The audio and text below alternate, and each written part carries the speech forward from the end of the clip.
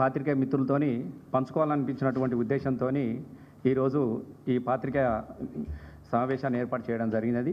ఇందులో భాగస్వాములైనటువంటి మా మిత్రులందరికీ కూడా ధన్యవాదాలు తెలియజేస్తా ఉన్నాను.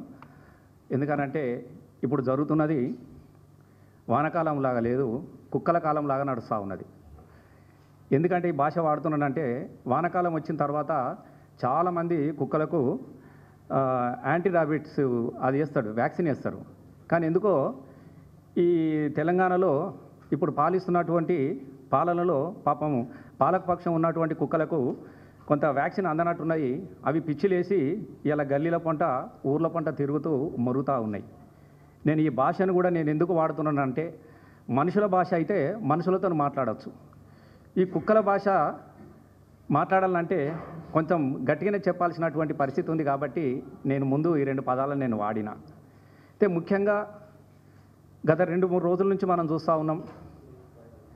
మరి ఈ ప్రాంత తెలంగాణ రాష్ట్ర ముఖ్యమంత్రి వర్యులు సరే ఎక్కడే మాట్లాడుతూ ఉన్నాడో ఏం మాట్లాడతాడో కూడా మీ అందరికీ తెలిసినప్పటి విషయం అయినప్పటికీ కూడా మొన్న బాగా రెచ్చిపోయి తెలంగాణ రాష్ట్రాన్ని సాధించినటువంటి ఒక వ్యక్తి కేసీఆర్ మీద కావచ్చు, తెలంగాణ ఉద్యమంలో తన పదవులకు రాజీనామా చేసి ప్రజల వైపు నిలబడి కొట్లాడి తెలంగాణ రాష్ట్ర సాధనలో భాగస్వామ్యమైనటువంటి నాయకుల మీద కావచ్చు, చాలా మాటలు కూడా మాట్లాడలేనటువంటి అనేకమైనటువంటి అసభ్యకరమైనటువంటి పదాలను వాడుతూ కూడా మరి రేవంత్ రెడ్డి గారు ముఖ్యమంత్రి గారు కేసీఆర్ గారు వస్తారా, కేటీఆర్ గారు వస్తారా, దమ్ముంటే రా అని చెప్పేసి తొడపాశం పెట్టుకున్నాడు, తొడలు కొట్టుకున్నాడు, మెడలు దింపిండు, ఇవన్నీ చేసేసిండు. సరే రమ్మని చెప్పేసి సవాల్ విసిరినటువంటి విషయం కూడా మీ అందరికీ తెలుసు. నేను ఒకటే చెప్తా ఉన్నానంటే సవాలుకు ఎన్నడూ కూడా వెనుకకు వెనుదిరిగినటువంటి చూడనటువంటి ఉద్యమ బిడ్డలు మన కేటీఆర్ గారు కావచ్చు, కేసీఆర్ గారు కావచ్చు, హరీష్ అన్న లాంటి కావచ్చు, బీఆర్ఎస్ టీఆర్ఎస్ పార్టీకి సంబంధించినటువంటి వ్యక్తులు ఎన్నడూ కూడా సవాళ్లకు వెనుకకు పోలేదు. సవాళ్ళను ఎదుర్కొన్న వాళ్ళు తెలంగాణ రాష్ట్ర ఉద్యమంలో కూడా తెలంగాణ వాదం లేదని అనుకున్నప్పుడు మీరు రాజీనామాలు చేయాలంటే తన పదవులను కూడా గడ్డి పోచలాగా పదవులను కూడా రాజీనామాలు చేసి ప్రజాక్షేత్రంలో నిలబడ్డటువంటి ఉద్యమ బిడ్డలు కాబట్టి సవాలుకు ఎదురు నిలబడ్డటువంటి పరిస్థితి మనం కేటీఆర్ గారిని మనం చూసినాం. మేము ఒకటే అడుగుతా ఉన్నాం, మీరేమడిగారు? కేసీఆర్ గారు వస్తారా, కేటీఆర్ గారు వస్తారా అని చెప్పినాడు. ఎస్, ఈ పార్టీ నుంచి మా కేటీఆర్ గారు బీఆర్ఎస్ పార్టీ వర్కింగ్ ప్రెసిడెంట్ గారు చాలా సిద్ధంగా నిలబడ్డాడు. ఎస్, నేను వస్తున్నా అని చెప్పినాడు. వస్తున్నా అని చెప్పేసి ఊరికే రారా అని చెప్పేసి రాండి అని పిలవలేదు. నీకు సమయం ఇచ్చినాడు, నీకు డేట్ ఇచ్చిండు, నీ ప్రిపరేషన్ కూడా టైం ఇచ్చి బరాబర్ వచ్చి నిలబడ్డాడు. ఎవడు వీరుడు? పారిపోయినాడు, పిరికి పందలాగా పోయినాడు దొంగ అవుతాడు తప్ప రమ్మని చెప్పేసి సవాలు స్వీకరించిన వాడు వీరుడు అవుతాడు. మరి అట్లాంటి వీరుని మీద కొంతమంది ఆయన అనుచరుల బృందం కావచ్చు, వాళ్ళ పార్టీ వాళ్ళు కావచ్చు మాట్లాడుతూ ఉంటే నాకు ఊర్లలో ఒకటి సామెత యాదికి వచ్చింది. చాలా మామూలుగా ఇళ్లలో ఒక కుక్క ఉంటుంది పెద్ద. ఆ పెద్ద కుక్క ఇంట్లో నుంచి గేటు లోపల ఉంటుంది. అది బౌ అనగానే వీధిలో ఉన్న ఊరు కుక్కలన్నీ బౌ బౌ బౌ బౌ అని మరుగుతూ ఉంటాయి. ఇలా కాంగ్రెస్ పరిస్థితి కూడా నాకు గట్లనే అన్నది. ఒక ఆయన బౌమని ఢిల్లీకి వారిపోగానే వీధిలో ఉన్న ఊరు కుక్కలన్నీ ఉరికొచ్చి బౌ అని అరుస్తున్నట్టుగా నాకు అనిపిస్తూ ఉన్నది. ఎందుకంటే దొంగలు పారిపోతూ ఉంటారు. మనకు చాలా సహజంగా మనం చూస్తూ ఉంటాం గ్రామాలలో దొంగతనం చేసి ఎవడన్నా పారిపోతూ ఉంటే ఊరు కుక్కలన్నీ ఎంబడి పడతాయి, బౌ బౌ బౌ బౌ బౌ అని ఎంబడి పడుతూ ఉంటాయి.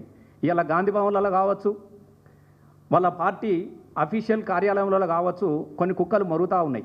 నేను బరాబరి కుక్కగానే మాట్లాడుతూ ఉంటున్నా. ఎందుకంటే కుక్కల కొడుకులకు కుక్కల భాష తప్ప మంచి భాష రాదు.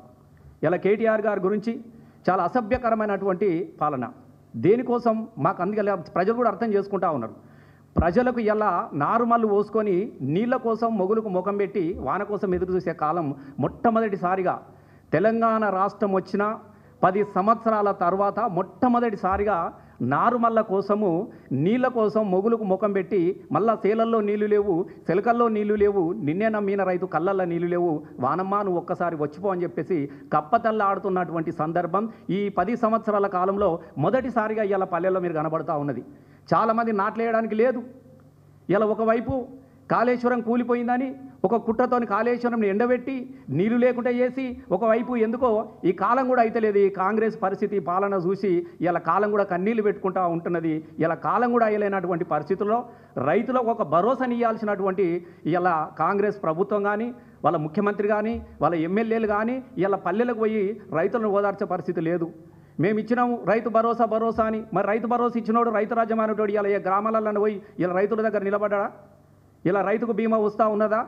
నీ 420 హామీలు ఏ ఒక్కటి కూడా అమలు కాలేదు.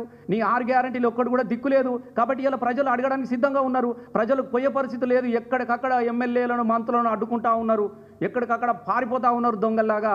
ఇలా ప్రశ్నలు ఎక్కడైతే ప్రజలు మాట్లాడతారో అని చెప్పేసి ఇలా ఒకవైపు మేము ఇది ఇచ్చినాం అది ఇచ్చినాం అని చెప్పేసి ఇలా ఈ సబ్జెక్టును అంతా కూడా ప్రజలు ఏదైతే అనుకుంటారో దాన్ని డైవర్ట్ చేయడానికి కోసము వ్యక్తిగతమైనటువంటి దూషణలకు ఇలా కేటీఆర్ గారి మీద కేసీఆర్ గారి మీద వ్యక్తిగత దూషణలకు పాల్పడ్డటువంటి కాంగ్రెస్ నాయకులను నేను సూటిగా అడుగుతూ ఉన్నా.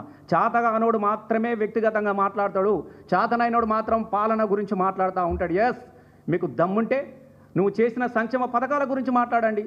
ఏం చేసిరా మీరు? 18 నెలలైనా ప్రాజెక్టు కట్టినవా? ఏమన్నా డాంబర్ రోడ్ వేసినవా? ఏమన్నా బిల్డింగ్ కట్టినవా? అసలు మీరు ఏం చేసిరో చెప్పుర్రి. కేసీఆర్ కొనసాగి తీసుకొచ్చినటువంటి సంక్షేమ పథకాలను కూడా అమలు చేయలేనటువంటి నిస్సహాయ స్థితిలో ఉండి పేర్లు మార్చుకుంటా ఊర్ల పేర్లు మార్చుకుంటా బతుకుతున్నారు తప్ప మీరు ఏ ఒక్కటి అమలు చేసిరని చెప్పేసి మేము అడుగుతా ఉన్నాం. ఇలా మాట మాట్లాడితే చాలు, ఓ మేము ఇందిరమ్మ ఇల్లు ఇచ్చినాం, మేము ఇందిరమ్మ ఏడిచ్చిరా నాయన. ఇందిరమ్మ ఇళ్ళ పేరిట ఇసుకద్దంగా వ్యాపారం నడిపించుకుంటా ఉన్నారు కాంగ్రెస్ కార్యకర్తలు. నేను ఇది మీకు చాలా చెప్తా ఉన్నా. ఇందిరమ్మ ఇళ్ళ పేరిట కాంగ్రెస్ ఇసుక వ్యాపారం చేసుకుంటా ఉన్నది. ఎక్కడ ఇచ్చారు? ఇలా నేను ఎందుకు ఈ విషయాన్ని మాట్లాడుతున్నా అంటే ఇవన్నీ మాట్లాడుతూ ఉంటే ప్రజల వైపు నిలబడి ఒక ప్రతిపక్ష స్థానాన్ని కూడా చాలా గర్వంగా స్వీకరించినటువంటి వ్యక్తి ఇలా కేటీఆర్ గారు కావచ్చు, కేసీఆర్ గారు కావచ్చు, బీఆర్ఎస్ పార్టీ. ఎస్, మేము 14 సంవత్సరాలు ప్రజల తరపున కొట్లాడిన అధికార పార్టీతోని ఇలా ప్రభుత్వం వచ్చిన 10 సంవత్సరాల తర్వాత కూడా ప్రజల వైపు నుంచి మేము కొట్లాడుతున్నామని చెప్తున్నారు. ప్రజల వైపు నుంచి కొట్లాడే పద్ధతి అనేది బీఆర్ఎస్ పార్టీకి ఇలా ఏం కొత్త ఏం కాదు. నేను ఎందుకు ఈ విషయాన్ని గుర్తు చేస్తున్నా అంటే అట్లాంటి వ్యక్తులను పట్టుకొని కేటీఆర్ను పట్టుకొని అసభ్యకరమైనటువంటి అసలు ఎంత విచిత్రమైనండి.